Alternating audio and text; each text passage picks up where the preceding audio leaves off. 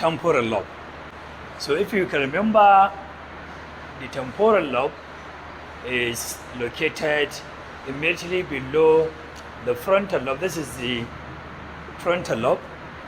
This is the parietal lobe. This is the occipital lobe.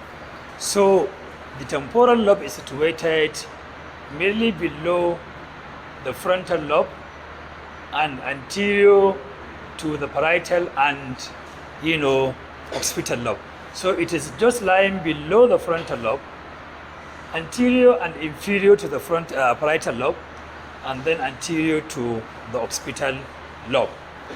This temporal lobe, as they are all aware, it is divided on its superior lateral surface into three important gyri. We have the superior temporal gyrus, we have the middle temporal gyrus, and then we have the inferior temporal gyrus. So we have the first, which is the superior, we have the second, which is the middle, and then we have the third, which is the inferior. So now what is happening is that in the temporal lobe we have some important centers, what we call the auditory center, which is located here. So the auditory center, which is virtually the hearing center, is located in the middle part of the superior temporal gyrus.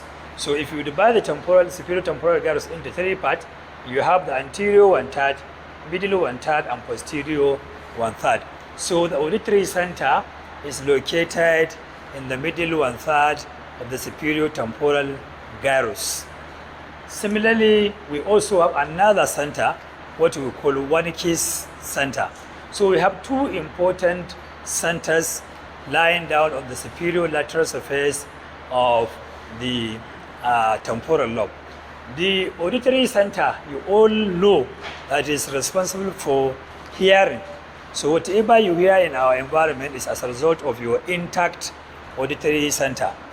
Similarly, when somebody speaks to you, your ability to understand what he or she is saying is a function of the Wernicke's area. So the Wernicke's area is responsible for comprehending of what we hear from your colleagues. So comprehension of language, whatever someone speaks to you, in as much as you know that language before, because somebody can now speak to you maybe another language that you have never ever heard of it, you will definitely not be able to comprehend that. That is not what we are talking about. All of you, or I can say some of you, are Hausa by origin, or some of you are Yorubas or are Igbos. So if somebody comes and speaks to you your own mother language, you all know that, and then you can understand what he or she is saying. That is the function of the Wernicke's area. And for you to be able to hear is the function of the auditory area. So apart from these two important functions, hearing and comprehension of language, temporal lobe is also responsible for memory. Memory related to what you have heard before. Because now you may heard of something before. Like say you have had the history of what has happened in Nigeria in 1960, when there was an independence, for example. So you have heard of that. So that memory of what you have had before, temporal lobe is responsible for, that, memory of what you have had before. Or you've heard of music, one type of music before. So if someone plays the same that music that you have heard before, you will remember that you have already had similar music before. So all these are part of the memories related to the temporal lobe, what you have heard, and then you are able to remember that you have heard of that. Similarly, on the inferior surface of the temporal lobe, there are important gyri also, three gyri there. So at the medial side, the medial temporal gyrus in the inferior surface of the temporal lobe, that area is also responsible for, face recognition. For example, now you see me, now you know who am I, you know my name, you know who am I, and then maybe in the next 20, 30 years, you now see me in Abuja, or you see me maybe in another country. Probably maybe by then you must have become order. You get it? And then as soon as you see me, maybe in the airport or anywhere, you say, this guy, I know his face. Probably this guy was my teacher 20 or 30 years back. So you are able to recognize my face. So facial recognition is also part of the functions of the temporal lobe, especially at the inferior side of the temporal lobe. That is the area responsible for recognizing the face that you are familiar with, because you will put that face into memory, and then later on when you see it again, you will be able to recognize that face. So now we know that temporal lobe has major functions. This major functions that I've made mention: hearing, language, comprehension, and the memory, as well as facial recognition. These are some of the important functions of the temporal lobe. So now the memories are categorized into, this. We have what we call episodic memory. Episodic memory in the sense that your personal experience with regard to what you have known before. That means probably you've had an experience of maybe going out in the dark may definitely cause trouble to you. So you put that into memory because maybe you've had an experience when you get out in the dark. Probably you might come across certain, hooligans that will attack you.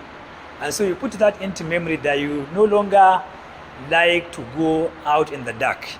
That is a memory. That is what you call episodic memory. Your personal experience about previous events. You get it? So that is what you call episodic memory, or the memory of something that has happened before. Maybe your mother died, and at any time you remember that your dad or mother died, you start showing some emotions. You get it? So that is also part of the episodic memory. You remember the memory of something that has happened before. Again, we have what we call semantic kind of memory. That semantic memory is something to do with facts, the true situations, what has happened before, and you are able to remember clearly what has happened. If, for example, in the next 30 years, somebody asks you, who taught you neuroanatomy, or who taught you clinical anatomy? So, actually, I can remember it's Anas that taught me clinical neuroanatomy, for example. This is what we call, semantic memory, something to do with facts. You are able to remember clearly what is the true situation of the previous events, especially the memories and what have you. Again, we have what we call procedural memory, something to do with the way you do things. For example, now, previously you know how to ride a bicycle, or you know how to ride a car. You get it?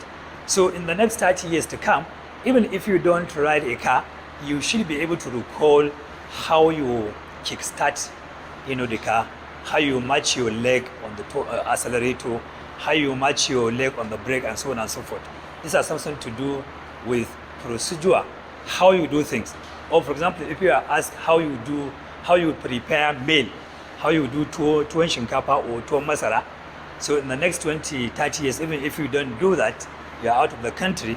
When you are asked to say it, you should be able to describe exactly how that thing is done. That is what we call procedural memory. So you are able to remember the procedure very well.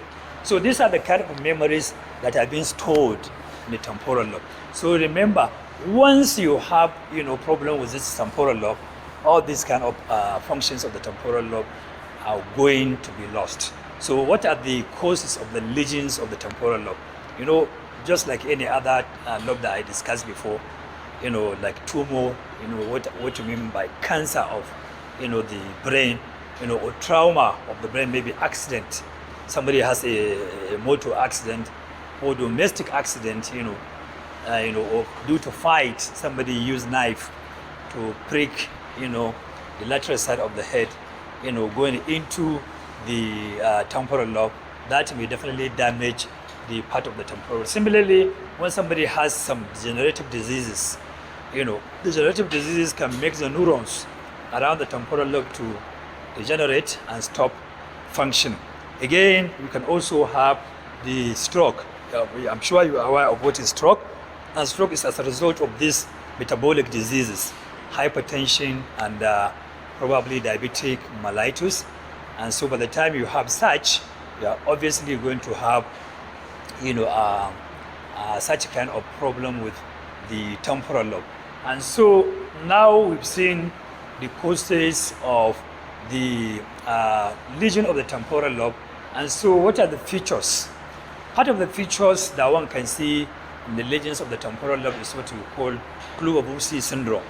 Globulus syndrome is a syndrome, as a result of the lesion of the temporal lobe, whereby you are going to have abnormal sexual behavior, because temporal lobe is not only, having this kind of functions that I've made mention before. There is what we call amygdala or amygdaloid body, which is also situated within the temporal lobe. So it is insinuated within the temporal lobe, and amygdala, together with other part of the brain, is responsible for our sexual behavior.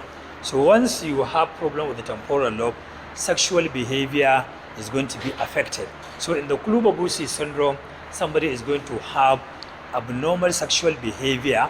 That means it's going to be sexually hyperactive. You get it? I said what? The other person is going to be sexually hyperactive. That is what we call Globulus syndrome, because the amygdaloid body inside the temporal lobe is damaged or is affected. Similarly, there's also loss of emotion, because amygdaloid body within the temporal lobe is also responsible for emotional responses. For example, now, when I come and tell you that your mother is dead, obviously you are going to start crying.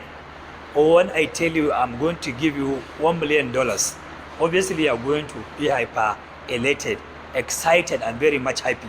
These are kind of emotion. Or somebody now comes in with a lion in here, he will definitely run away.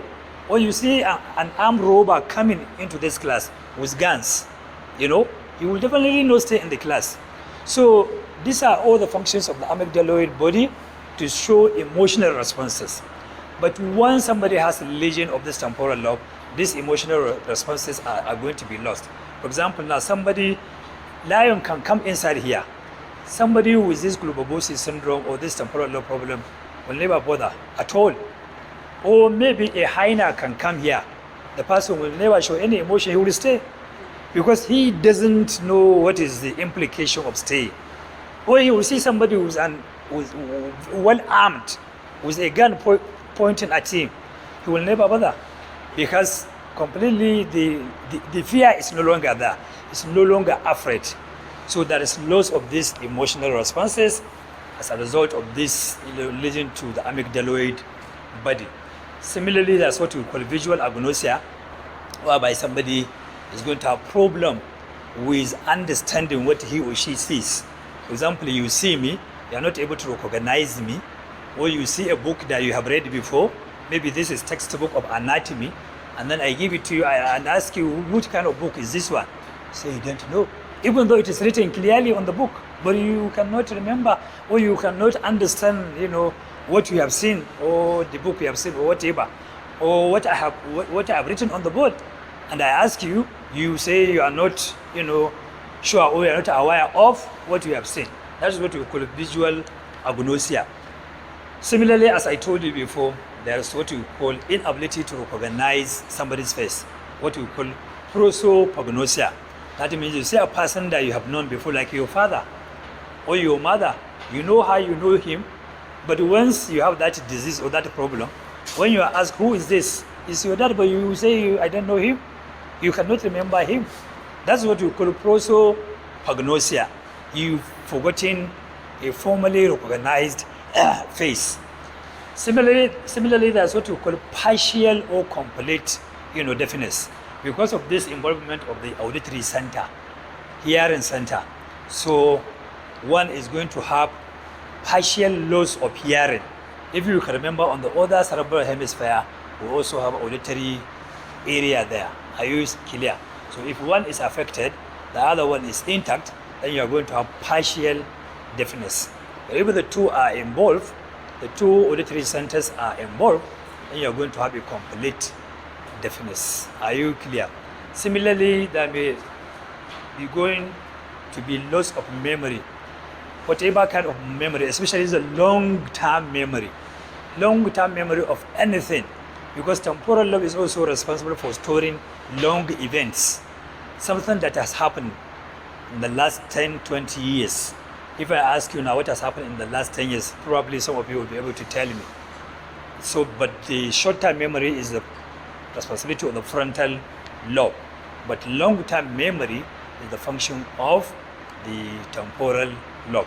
So this is also going to be affected. So by and large, these are some of the features of somebody that has a temporal lobe, problem or lesion. So let me have a break here before I continue.